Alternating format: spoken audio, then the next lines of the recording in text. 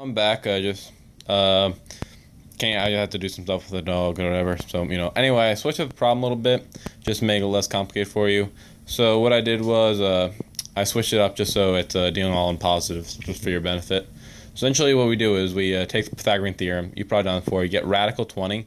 Now that is the magnitude of the force, and to find the angle, you obviously do the tan theta. Find out that equals 0.5 because it equals y over x, which is, as you know, 2 over 4 here, so that's 0.5. And then we do the inverse tan of it. We get the angle is that. Now, if you want to find out, then this is just give you that, but there's also other ways to expound problems. So let's say we find out that the mass of the object equals, equals 7 kilograms, and then it asks you to find out what is the acceleration. Well, that's a very good question. Well, essentially, we just apply the formula that Newton teaches us, and we get essentially radical 20 equals 7 times acceleration. Now, acceleration then equals radical 20 over 7, which equals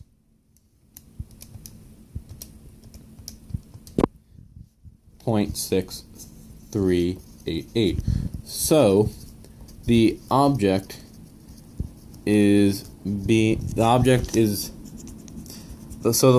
what we found out through this is by looking at the divergent forces, we're able to find out the object is accelerating at 0.6388 meters per second in the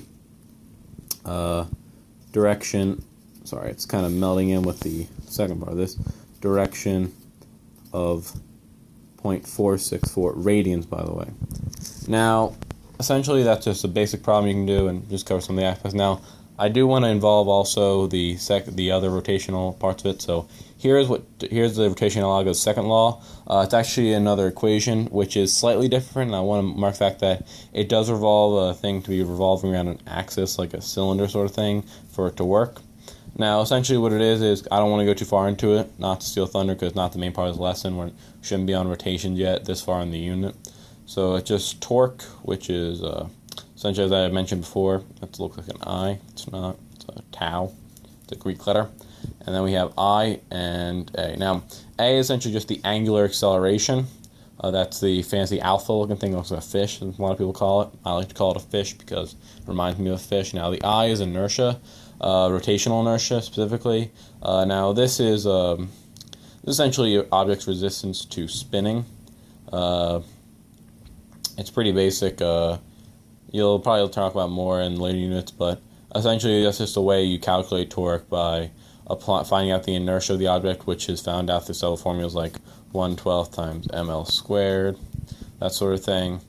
So there's a lot of ways that involve a lot of inertia formulas that we're not going to get into today, but I just wanted to mention it because it is an analog and something that was taken originally from Newton's laws later on.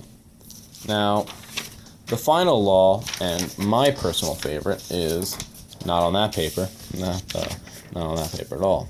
Now, my favorite law is Newton's third law. Now, that's for every reaction, there's an equal and opposite reaction. Now, that's a pretty simple one, but it's also one of my favorites. It's essentially how, like, rockets go. Like a rocket right here. I'm going to show you a rocket real quick.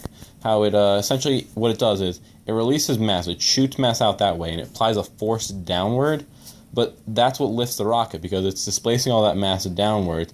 It's essentially applying an equal force upward, because the mass is going down here with an acceleration, and the universe needs to have that sort of balance, so it's also shooting up the rocket at an equal thing. So essentially, that will always be equal to that. Now, the mass there is obviously the air particles. Another thing you can think of this as a bird flying. Birds like this, flap its wing down and then just goes down. The air goes down, but the bird goes up.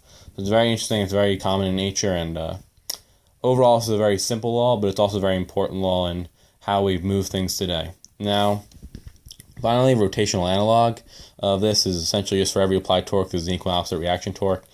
This can sort of be seen, it's just a direct analog of it. There's not a lot of examples you can usually find in nature of this, so I just want to show that real quick to you. Anyway, thank you for learning about John Collins's guide to Newton's laws, and hopefully the accompanying quiz is easy for you. Thank you very much, and I hope you have